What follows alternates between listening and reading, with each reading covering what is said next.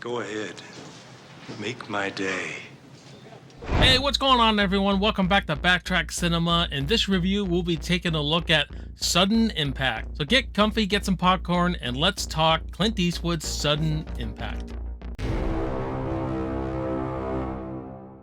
Sudden Impact was released in 1983, directed by Clint Eastwood, and starring Clint Eastwood and Sandra Locke.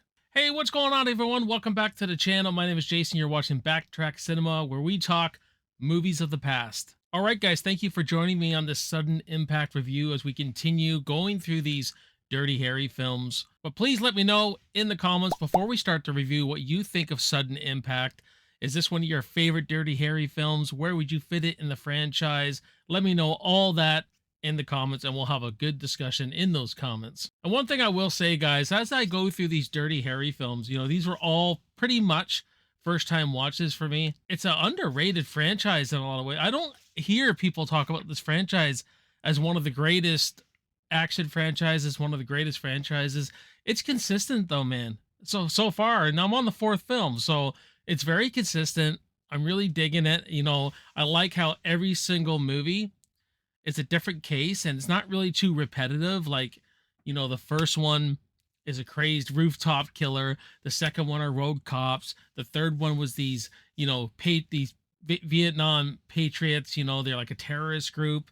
And then this one, we get more of an exploitation film, like something you'd see at a Death Wish, when this woman who was a rape victim exacts her revenge out on these people. So I really like that, how they're all different, right? And I've just been enjoying seeing Clint Eastwood play this character every time, to see what he does a little bit differently.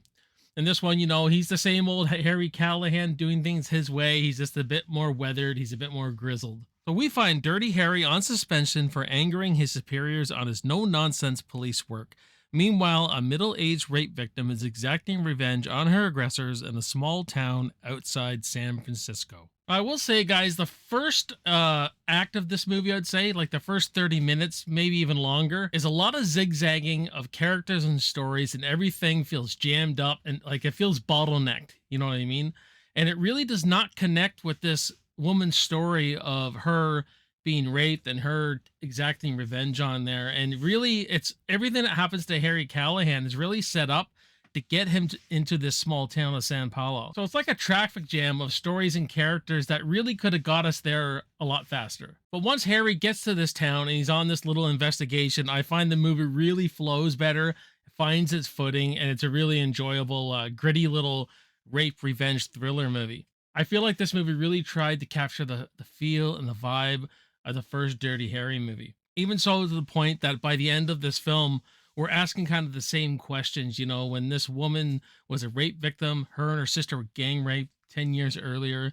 She goes out and gets her revenge for them. And spoiler alert here, I'm sorry, but it's 1983, guys. So I want to talk about this ending a bit. When everything's said and done, Harry's taking care of business.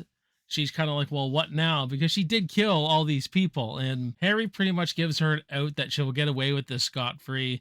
And it raises that question, that all about the victim here. Remember that first movie where Harry's like, well, what about the rights of the victim here? And you kind of see that because her and her sister were gang raped. Where was the justice then? Her sister is pretty much like a vegetable for the rest of her life. And I think Harry has just seen enough by this point in his career. He's been beaten down a bit by cases being, thrown away because illegal searches, like we see at the beginning of this movie, which is a badass moment, by the way. Don't look so puked out. Better luck next time, fool. Listen,